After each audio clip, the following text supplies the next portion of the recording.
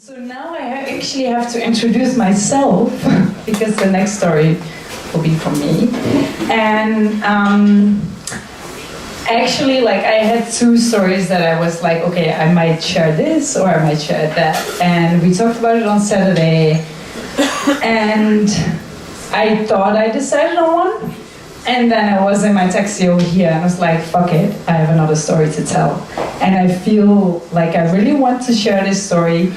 And I'm fucking scared because it's real. It was happening exactly last week. It's not something from the past. It's not something from someone else. It's my story. And I will just say, like, fuck yes, I'm going to do it anyway.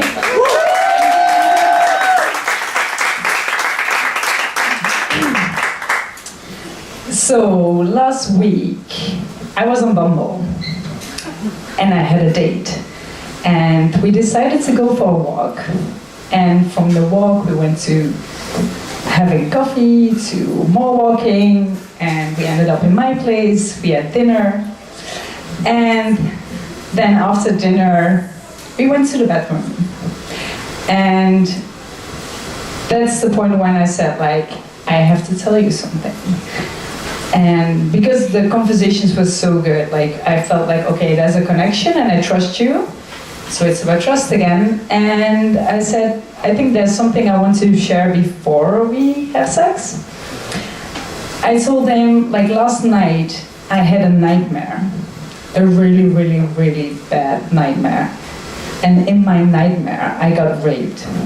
Not just a little bit. I got, like, strangled. Like, I couldn't breathe anymore, and it was really, really bad. And when I woke up, I went on Bumble, and that's when we matched.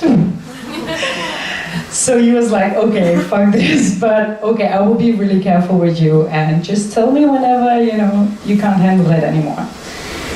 So we were having sex, and I started crying, and I couldn't stop crying. I was like, fucking hell, I don't know what's wrong, but I was really happy that I shared my story beforehand. So he was just holding me really tight, and he said, I really, really feel that you just need love. I feel like I want to give it to you and just, like, come in line with me. And I started crying even more. I was like, why the fuck did you say that? Don't say sweet things now. Like, it makes it worse.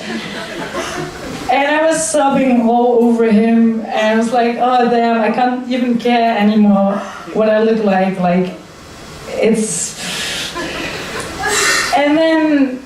like, the whole night he's been really sweet to me, and then the next days I was talking with some friends about this, and I was like, damn, I really feel like I just can't do it anymore. All the, dating, opening up, people coming into your life and leaving again. And that's a bit what it is with the nomad lifestyle. Because we all talk about how great it is to travel the world and share amazing photos and see, like, look how big our social life is. And it is. Like, I do have friends everywhere, and I do really, really consider them friends. But then again, they come and go all the time. And in the end, it's me waking up alone a lot of times. So when I was talking with friends about it, I also realized, especially like with women I was talking about, that we find it really difficult to actually say what we truly need, because we want the guys to like us. Like, it's so nice when they actually think that we are cool, instead of saying, like, hey, this is what I need. I do need love. I can't handle it anymore. I don't want you to leave, or I don't want this, or I don't want that. But actually say, like, this is what I need now.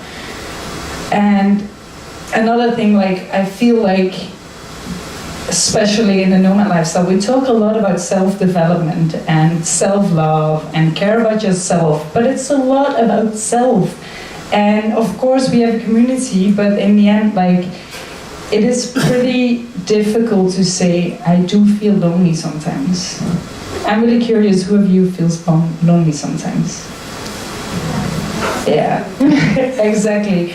So why don't we just say it sometimes, like, okay, it fucks too. It's like, it's just not cool to wake up alone every morning, and we can actually share that. So that's what I wanted to share, and Yeah, like I really like, I don't have a really, really deep message, but it was just, I was on the way and I had, my actual story was about the carnival in Brazil, which is a lot of fun. You should all go there.